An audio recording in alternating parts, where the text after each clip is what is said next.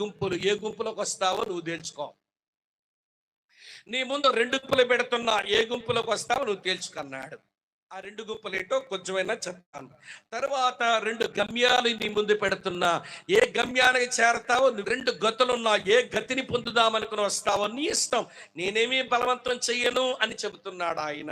2 గుంపులు, 2 గమ్యాలు, 2 గతులు. ఈ గుంపు ఏమి గుంపు ఇది? చదువుతున్నాను చూడండి ప్రియులారా. ఆ గుంపులో ఉన్నవారు మలాకి గ్రంథం 3వ అధ్యాయం 18వ వచనం ఇలా ఉంది. మలాకి గ్రంథం 3వ అధ్యాయం చదువుతున్నాను 18వ వచనం. ఈ గుంపుల వారు దుర్మార్గులంట, దుర్మార్గులు.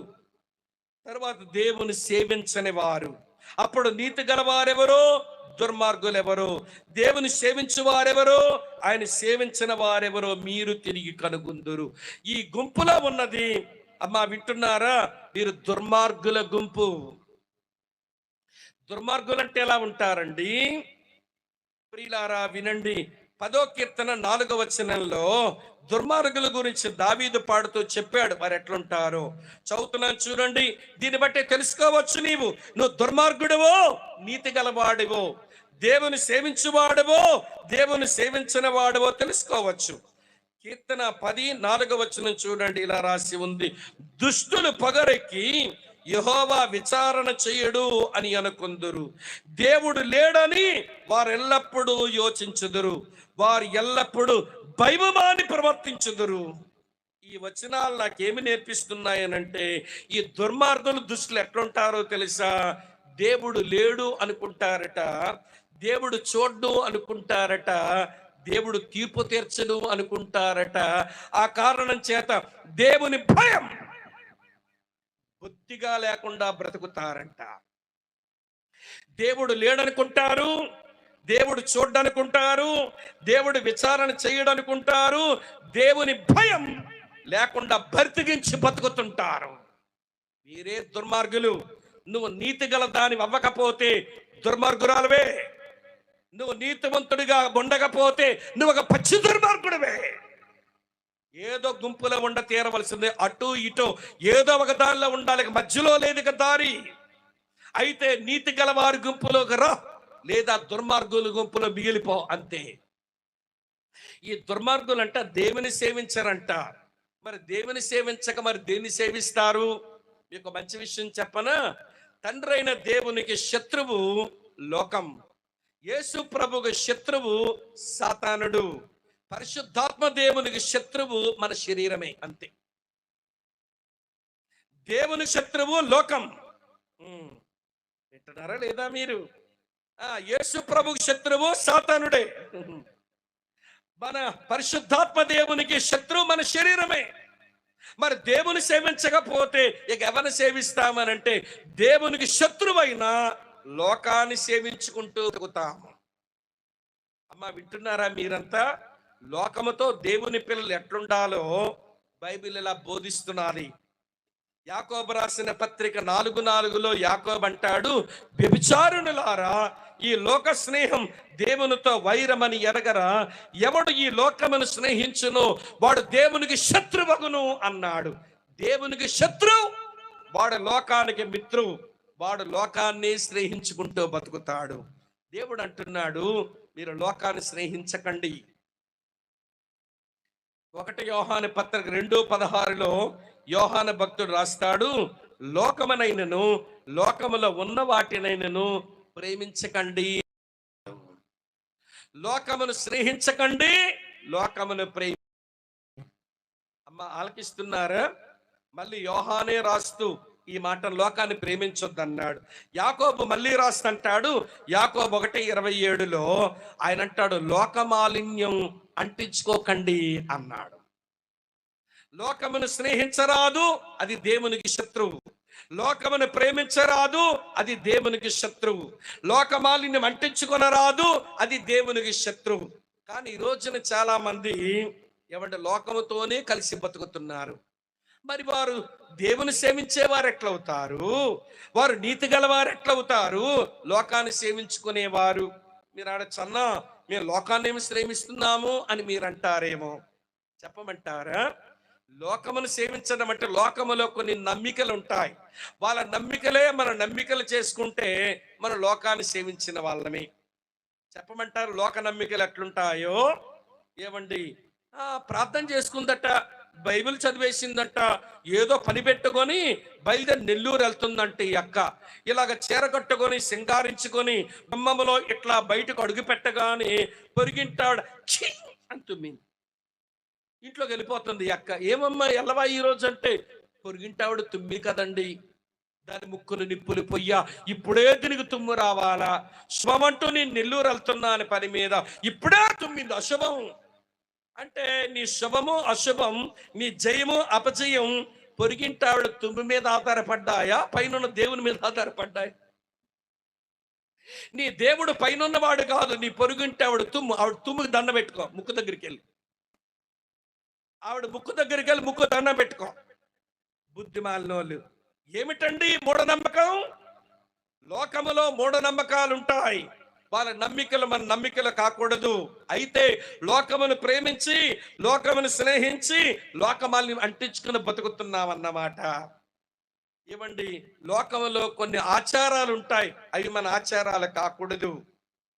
లోకముల ఆచారం చెప్పని ఈ మధ్య మా దగ్గర ఏమండి మెడిసిన్ పూర్తి చేసుకుని వెళ్ళిన పాపకు పీజీ కూడా అయిపోయింది.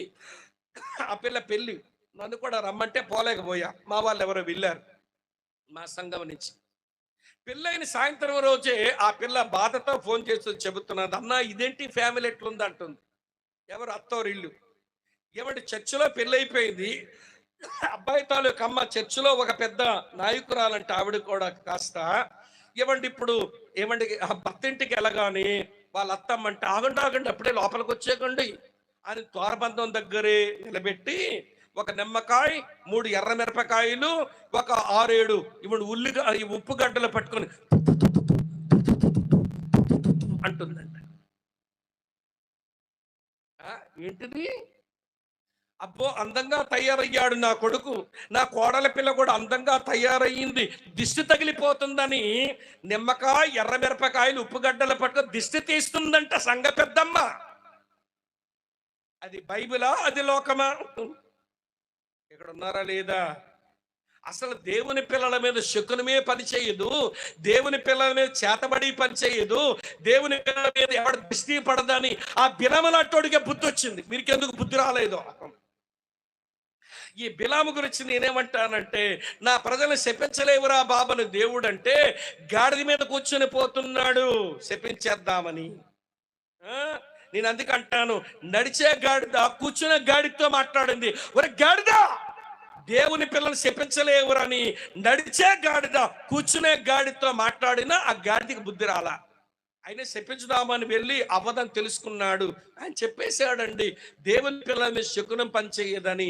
మరి ఏమండి, నడిచే గాడిద కూర్చునే గాడితో మాట్లాడితే ఈ గాడిద కొంచెం చెప్పిన మాట మోషే రాస్తే అవి చదువుకొని కూడా ఇంకా మాకెవరు దిష్టి పెట్టేశారు, ఎవరు చేతబడులు చేసేసారు, మాకేదో దిష్టి తగిలిపోయింది అని బాధపడుతున్నారంటే మిమ్మల్ని ఏమనాలి? గాడిద పిల్లలు అనాలి. మరి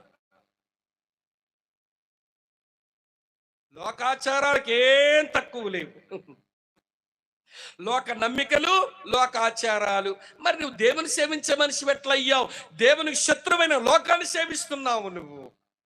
అలా లోకములో కొన్ని ఫ్యాషన్స్ ఉంటాయి.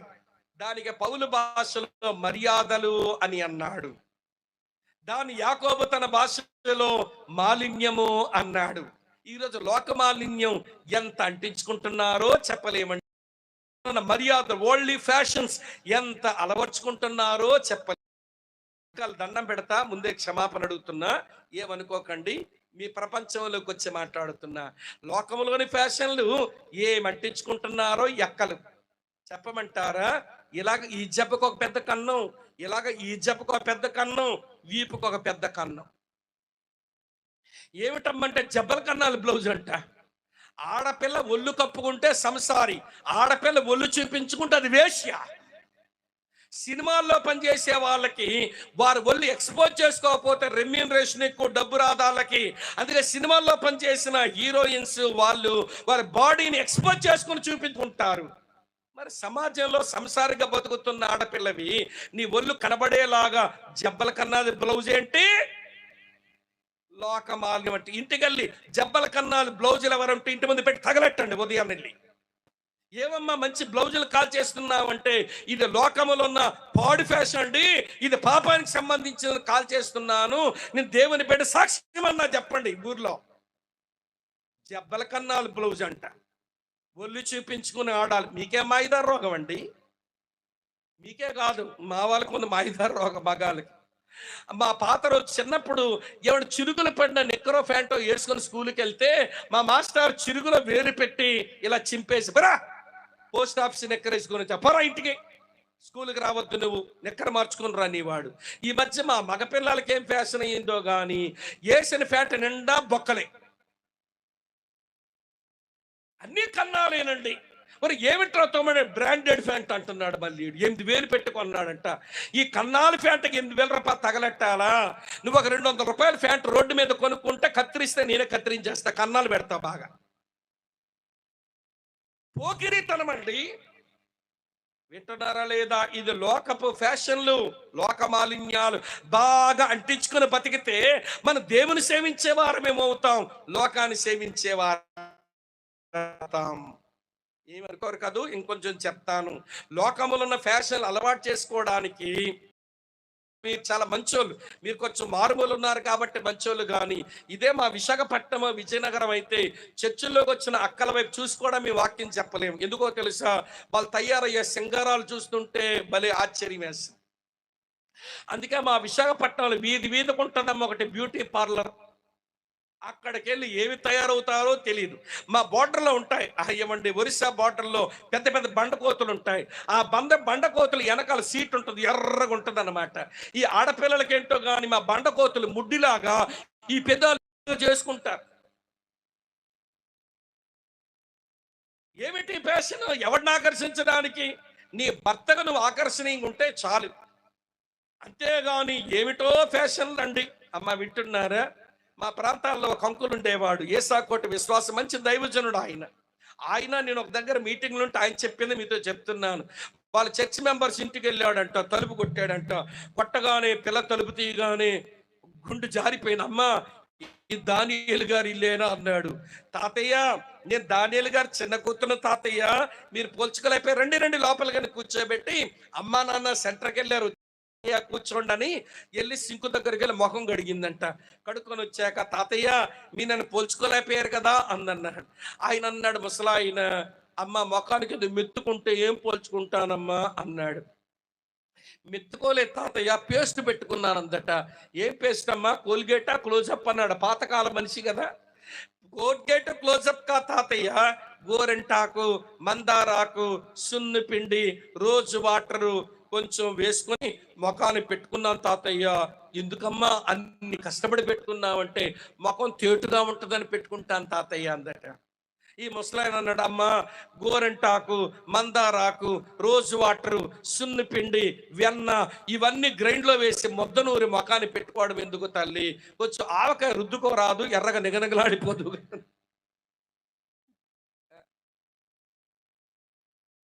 ఏమిటిదంటే లోకములో ఉన్న వాళ్ళు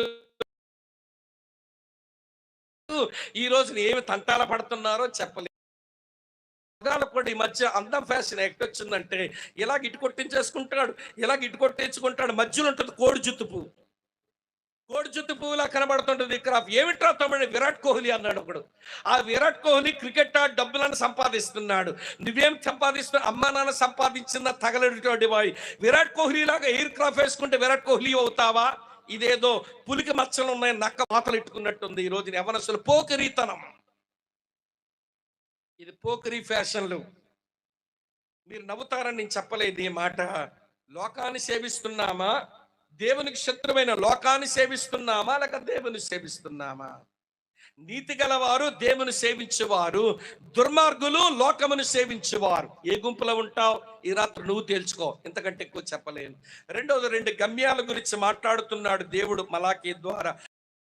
గమ్యాలు పెడుతున్నాం. మొదటి గమ్యం చదువుతాను చూడండి. మలాకీ గ్రంథం 4వ అధ్యాయం 2వ వచనం ఇలా ఉంది. మలాకీ గ్రంథం 4వ అధ్యాయం 2వ వచనం, అయితే నా నామమందు భయభక్తులు గలవారుగా మీకు నీతి సూర్యుడు ఉదయించును. 2000 సంవత్సరాల కిందట బెత్లెహేములో ఉదయించిన వాడు ఆయన కల్వరి కొండ మీద సిలువలో అస్తమించాడు. ఆయన 3 రోజుల తరువాత పునరుత్థాన దినం తిరిగి ఉదయించాడు. ఆయన పరలోకానికి వెళ్ళిపోతూ మళ్ళీ అస్తమించాడు. ఆయన వెళ్ళిపోతూ చెప్తున్నాడు, నేను మళ్ళీ తిరిగి వస్తాను అని. యోహాను సువార్త 14:3 అన్నాడు, నేను స్థలము సిద్ధపరిచి మళ్ళీ వస్తా, మిమ్మల్ని తీసుకుని పోతా అన్నాడు. ఆయన పరలోకానికి వెళుతూ ఉంటే అపోస్తుల కార్యాల 1:11 అపోస్తుల కార్యం 1:11 దేవదూతలు అంటున్నారు ఇట్లా, హే గెల్లయ మనుషులారా, మీరు ఎందుకు అలా తేరి చూస్తున్నారు? మీ యొద్ద నుంచి కొనిపోబడి యేసే ఎలాగ కొనిపోబడుతున్నాడో అలాగనే మళ్ళీ వస్తాడు అని చెప్పారు. దేవుని కుమారుడు వస్తానన్నాడు. దేవుని దూతలు ఆయన వస్తాడని చెప్పారు. 1 తెస్సలోనిక పత్రిక 4:16 రాసి ఉంటుంది, దేవుని సేవకుడు అంటున్నాడు, ఆర్భాటముతోను ప్రధాన దూత శబ్దముతోను దేవుని కుమారుడు తిరిగి ప్రత్యక్షమవుతాడు చెప్పాడు.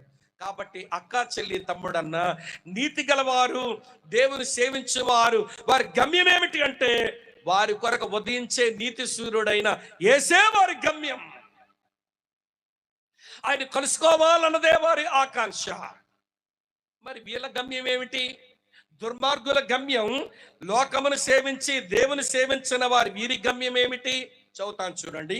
మలాకీ గ్రంథం 4:1 ఏలయనగా నియమించబడిన దినము వచ్చుచున్నది, కొలిమి కాలినట్టు అది కాలును, గర్విష్ఠులందరూ దుర్మార్గులందరూ కొయ్యు కాలు వలె ఉందురు.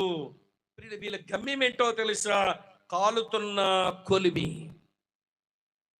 అది ఎలా కాలుతుందో మీకు చూపించనా? వినండి, అది ఎలా ఉంటుందో మీకు చూపించనా? యెషయా గ్రంథానికి రండి. ఆ కొలిమి ఎలా ఉంటుందో, అది ఎలా కాలుతూ ఉంటుందో యెషయా ఇలా రాశాడు.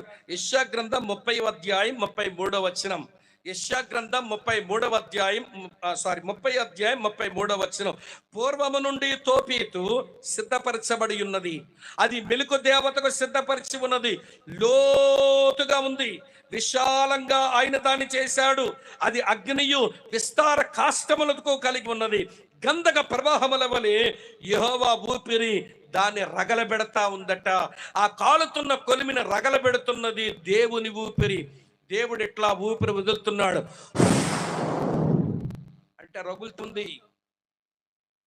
దేవుడు అంటే కొలిమి రగులుతా ఉంది. మరి అది రగలకుండా ఆగాలంటే దేవుని ఊపిరి ఆగాలి. దేవుని ఊపిరి ఆగిపోతే దేవుడు చచ్చిపోవాలి. దేవుడు చచ్చిపోతే అతను దేవుడు ఎట్లవుతాడు? అందుకే అగ్ని ఆరదు, పురుగు చావదు, ఆ కొలిమెల కాలుతూనే ఉంటది. యుగ యుగాలు దాంట్లో పడేవాళ్ళు ఏమండి, వారు బాధించబడతారు సాతానుతో కలిసి. అదండి వాళ్ళ గమ్యం. దుర్మార్గుల గమ్యం, దేవుని సేవించిన వారి గమ్యం అదే. మరి ఆ గమ్యానికి చేరతారా? ఈ గమ్యానికి వస్తారా? అమ్మ వింటున్నారా? 2 గుంపులు, 2 గమ్యాలు, 2 గతులు చెప్పి నేను ఒక 5 నిమిషాల్లో ముగిస్తాను. వినండి. ఏంటి 2 గతులు? మొదటి వారికి ఏ గతి వస్తుందట? నీతి గల వారికి, దేవుని సేవించే వారికి, నీతి సూర్యుని ఎదుర్కొనే వారికి ఏ గతి వస్తుందట? చదువుతున్నాను చూడండి. మలాకీ 4:2 అయితే నా నామమందు భయభక్తులు గలవారు మీకు నీతి సూర్యుడు ఉదయించును, అతని రెక్కల ఆరోగ్యము కలుగు చేయును గనుక మీరు బయలుదేరి క్రొవ్విన దూడలు గంతులు వేయినట్లు మీరు గంతులు వేయుదురు. ఈ వచనం చెబుతున్నది సంపూర్ణ ఆరోగ్యం, సంపూర్ణ ఆనందం. ఆయన రెక్కల నీడలు ఆరోగ్యము కలుగు చేయను, క్రొవ్విన దూడలు గొంతులు వేయినట్లు మీరు గొంతులు వేయుదురు. అంటే అర్థం, మీకు సంపూర్ణమైన ఆరోగ్యం, సంపూర్ణమైన ఆనందం, అదే మీ గతి. దాని కొరకు మీరు చేరుకుంటారు అన్నాడు. భూమి మీద అక్కా చెల్లి తమ్ముడన్న వినండి, ఎంతకాలం బతికినా సంపూర్ణమైన ఆరోగ్యం ఇక్కడ దొరకదు. కాలు నొప్పులు తగ్గితే మోకాలు నొప్పులు వస్తాయి, మోకాలు నొప్పులు తగ్గితే నడువు నొప్పి వచ్చుద్ది, నడువు నొప్పి తగ్గితే మెడకాయ నొప్పి వచ్చుద్ది, మెడకాయ నొప్పి తగ్గితే పంటి నొప్పి వచ్చుద్ది, పంటి నొప్పి తగ్గితే కళ్ళ నొప్పులు వస్తాయి. మట్టికి చేరిపోయిన ఈ దేహం అది జబ్బుల పాలవుతూనే ఉంటదమ్మా. దీని గురించి కక్కుర్తపడకండి. ఇది బాగుపడాలని దీని గురించి కక్కుర్తపడకండి. ఒక రోజు నీతి సూర్యుడు వచ్చిన రోజున, ఆయన రాజ్యములోకి మనం వెళ్ళిన రోజున మన నోట్లోంచి ఈ మాట రాదట. ఏ మాట రాదో చూపిస్తాను రండి ప్రియులారా. యెషయా గ్రంథం 33వ అధ్యాయం 24వ వచనం చూడండి. యెషయా 33:24. నాకు దేహములో బాగులేదని అందులో నివసించువాడెవడు అనడు, దానిలో నివసించు జనుల దోషం పరిహరించబడును. ఈ వచనం ఏం చెప్తుందో తెలుసా? ఆయన ప్రత్యక్షమైనప్పుడు, ఆయన రాజ్యములో మనం చేర్చుకున్న రోజున నాకు ఒంట్లో బాగులేదండి అన్న మాట ఎవరమో చెప్పమంట. భూమి మీద ఎంతకాలం బతికినా ఒంట్లో బాగులేదన్న మాట వస్తూనే ఉంటది. ఈ భౌతిక ఊరికి ఆలోచించకండి. నల్లవన్నీ తెల్లబడతాయి. కంటి చూపు వచ్చేస్తుంది, వినికిడిలో మంద్యత వచ్చేస్తుంది, కొంచెం పళ్ళు ఊడుతాయి. ఏంటి చచ్చే వరకు పళ్ళు బాగుంటాయి అనుకుంటున్నారా? వయసు పెరుగుతుంటే పళ్ళు ఊడుతాయి. పళ్ళు ఊడిపోయి అంటావు నువ్వు. పళ్ళు ఊడుతాయి. ఎత్తుకు ఎక్కాలంటే కాలు ఉడుగుతాయి. నేను దిగినప్పుడు అందుకే జాషువా గారు చేయి పట్టుకుంటున్నాను. వయసు పెరిగింది కదా, ఎంతసేపు నిలబడి ఒకసారి అలా దిగాలంటే కాలు వణుకుతాయి, నడుము నొప్పులు వస్తాయి, కళ్ళ నొప్పులు వస్తాయి. ఒక ముసలావిడ వచ్చి అంటది, ఆవిడకి 86 అంట. బాబు కళ్ళు కనబడడం లేదు, ప్రార్థన చేయవంది. నేను అన్నాను, ఇవేంటమ్మా అన్నాను. కళ్ళద్దాలు కదా బాబు అంది. నేను ఎందుకు పెట్టుకున్నాను అన్నాను. అంటే ఏమో అంది. నాకు కనబడకే పెట్టుకున్నా. 55 సంవత్సరాలు నేనే కళ్ళజోడు వాడితే 86 దాని ఇక కళ్ళు కనిపోవాలా నీకు? నీకు ఏం చూసి సంబరపడతావే ముసలమ్మ? ఎంతసేపు భూమి మీద ఈ శరీరం రోగం లేకుండా ఉండాలనుకుంటున్నావే గాని, ఆ నీతి సూర్యుడు ప్రత్యక్షమైనప్పుడు, ఆయన రాజ్యంలోకి వెళ్ళినప్పుడు నాకు ఒంట్లో బాగులేదనే మాట నేను అనని ఆ రోజు కొరకు నీ ఎదురు చూద్దామన్న నిరీక్షణ లేదే. ఆ నీతి సూర్యుడు ప్రత్యక్షమైన రోజున సంపూర్ణమైన ఆరోగ్యం, భూమి మీద విన్నన్నా గడించు, ఎంతమందినైనా కలిగి ఉండు, నీకు సంపూర్ణమైన ఆనందం భూమి మీద దొరకదు. నీకు జ్ఞానం సంపాదిస్తావా, ధనం సంపాదిస్తావా, బంధుబలగం సంపాదిస్తావా, విలాసవంతమైన జీవితం జీవిస్తావా, లేక బాగా తాగుతావా, లేక బాగా చెడు సంబంధాలు పెట్టుకొని శరీర సుఖమే పొందుతావా? భూమి మీద ఏమి చేసినా నీకు సంపూర్ణమైన ఆనందం దొరకదు. సంపూర్ణమైన ఆనందం అక్కడ మనుషుల కొరకు వేచి ఉంది. అది వీళ్ళకి ఎవరికి వస్తుంది? నీతి గలవారు, దేవుని సేవించువారు, నీతి సూర్యుని గమ్యంగా పెట్టుకున్న వాళ్ళు, వాళ్ళకి ఆ గతి వస్తుంది. మరి వీళ్ళ గతి ఏంటో చెప్పి నేను ముగించేస్తాను. వీళ్ళకి ఏం గతి ఉందట చదువుతున్నాను చూడండి ప్రియులారా. ఆ కొలిమిలో పడే వాళ్ళకి వేరు లేదు, చిగురు లేదు, అందరూ కాలుతారంట. చదువుతున్నాను చూడండి ప్రియులారా. ఇలా రాసి ఉంది, మీ కొరకే చదువుతున్నాను. ఈ వచనం 4వ అధ్యాయం 1వ వచనంలో, వారిలో ఒకనికి వేరైనా చిగురైనా లేకుండా రాబో దినం అందరినీ కాల్చివేయును అని ఉంది. మళ్ళీ 3వ వచనంలో, నేను నియమించబో దినమున దుర్మార్గులు, దేవుని సేవించిన వారు, విశ్వాసులైన నీతిమంతులైన మీ పాదాల కింద ధూళవుతారు అని సైన్యములకు అధిపతి యెహోవా సెలవిస్తా ఉన్నాడు. యుగ యుగాలు వారు కాలుతూనే ఉంటారు. పరిశుద్ధుల పాదాల కింద ధూళిగా వారు మారతారట. యెహోషువ కనాను దేశములు అడుగుపెట్టినప్పుడు ఎలాగైతే కనానీయుల మీద నడిచిపోయాడో, ఈ దుర్మార్గుల మీద నడిచిపోయే ఒక రోజు ఉంటది. ముగించేస్తున్నాను, వినండి. ఇప్పుడు అడుగుతున్నాను ఒక మాట. ఏ గుంపులో మనిషివి? ఏ గమ్యానికి వెళతావు? ఏ గతిని పొందుతావు?